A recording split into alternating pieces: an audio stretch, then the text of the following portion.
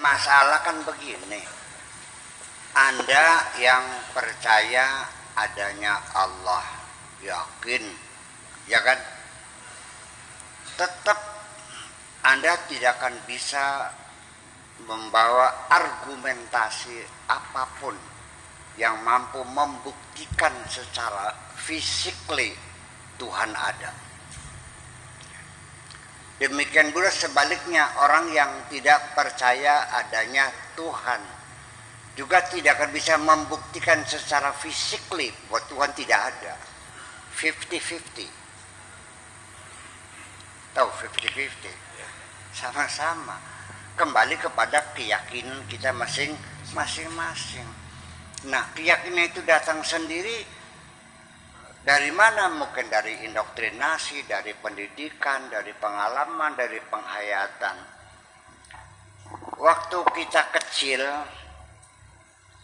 sering didongengin oleh kakak kita yang lebih besar, atau sering ditakut-takuti orang tua, ada genderuwo, ada kuntilanak, betul nggak? Ya. Ada dedemit. Padahal mah kita ditakuti genderuwo dedem itu maksud orang tuh masih pulang. Ya. Karena sudah maghrib belum pulang-pulang kan. Tetapi begitu kita mendengar ada kuntilanak yang gigire bolong, rambutnya terurai, uncang-uncang ning pule kan gitu. Itu masuk dalam pikiranmu dan terekam dan menimbulkan rasa takut. Padahal belum pernah melihatnya kan. Ya. Tapi takut sama kuntilanak kan terus kan. Sampai anak itu sudah kelas 6 SD mau kencing minta diantar sama ibunya. Menggelepar ketakutan. Padahal dia tidak pernah melihatnya kok. Di sini ada bagian yang perlu kita urai di sini sesungguhnya. Betul enggak? Jadi cerita tentang surga, neraka, siksa kubur dan sebagainya itu kan masuk dalam cerita sehari-hari melalui pendidikan keagamaan ini. Kita semua tidak pernah melihat orang disiksa di kubur, karena kita belum pernah masuk kuburan. Sehingga pernah ada, kapan ya pernah cerita tentang siksa kubur tuh? Saya bilang ada orang yang mengatakan ada siksa kubur. Sebagian ulama mengatakan tidak ada. Karena yang menceritakan siksa kubur itu hanya hadis-hadis Nabi yang mungkin diragukan kebenarannya. Di Al-Quran memang nggak ada siksa kubur tuh. Jadi akhirnya ya saya katakan ya itulah pendapat. Ada yang bilang ada, yang bilang tidak ada. Yang benar mana saya nggak tahu. Yang saya juga belum pernah masuk kuburan kok. Ada lagi ya siksa kubur itu tidak lebih hanya bagaikan mimpi. Hanya sebagai impian. Yang disiksa rohaninya mimpi. Saya emang gak ada urusan mau disiksa beneran, mau ngimpi, sama saja. Tersiksa juga kok. Anda mimpi dikejar-kejar macan, capek nggak? Ya udah sama aja kok. Mau dikejar macan beneran maupun mimpi. Tapi kalau berkelanjutan capek juga kan? Ya. Itu yang jadi persoalan. Dan sampai sekarang juga siapa yang bisa membuktikan neraka itu bagaimana? Itu kan ceritanya. Oleh karena yang cerita itu adalah Nabi Muhammad, ya kan begitu, yang mengaku sebagai utusan Tuhan, dan dia juga membuktikan kebenaran pengakuannya dengan kemujizatan.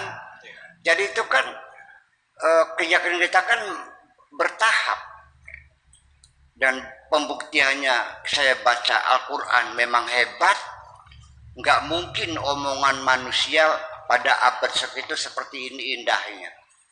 Saya juga mengukur bagaimana perkembangan imajinasi orang, mengukur bagaimana perkembangan logika orang, sejak kapan filsafat itu muncul, bagaimana ini kan nggak mungkin kalau bukan dari yang maha kuasa.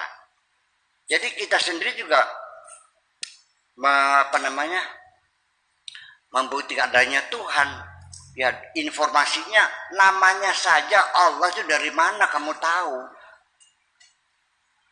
Orang mencari Tuhan, kesimpulannya namanya beda-beda, ada iron, ada apalagi namanya, ada wine, ada hutan, ada pohon, ada sampai binatang-binatang, wiwitan-wiwitan, bulan, sampai ada lagi yang api dan sebagainya.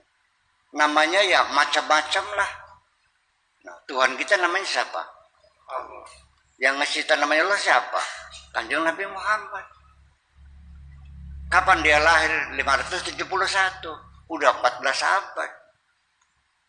Nah, cerita lebih sendiri setelah kita koreksi, ya memang tidak seluruhnya betul sejarah yang mereka tulis itu. Bagaimanapun namanya sejarah ditulis manusia, apa yakin manusia jujur semua? Itu makanya kita kan mengumpulkan artefak-artefak sejarah itu, arkeologi sejarah kita gali kembali.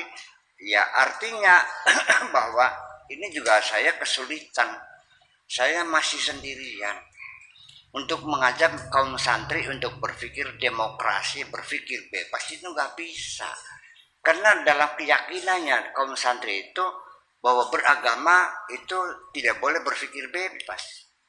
Sepertinya seperti itu. Ya kan, dianggapnya nguntak, kurang ajar, segala macam. Yang penting yakin sajalah. Yang penting matikan lampu, pejam matamu, tutup pintu, selesai. Gitu kan.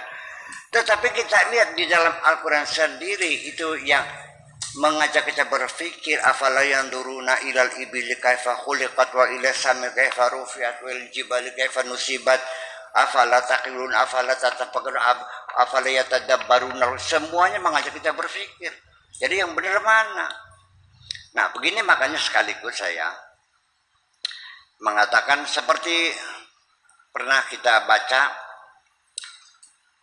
firman Tuhan di dalam Al-Quran, fala wa rabbika la yu'minuna hatta yuhaqqimuka fima syajara bainahum thumma la yajidu fi anfusihim min harajin wa yusallimu taslima.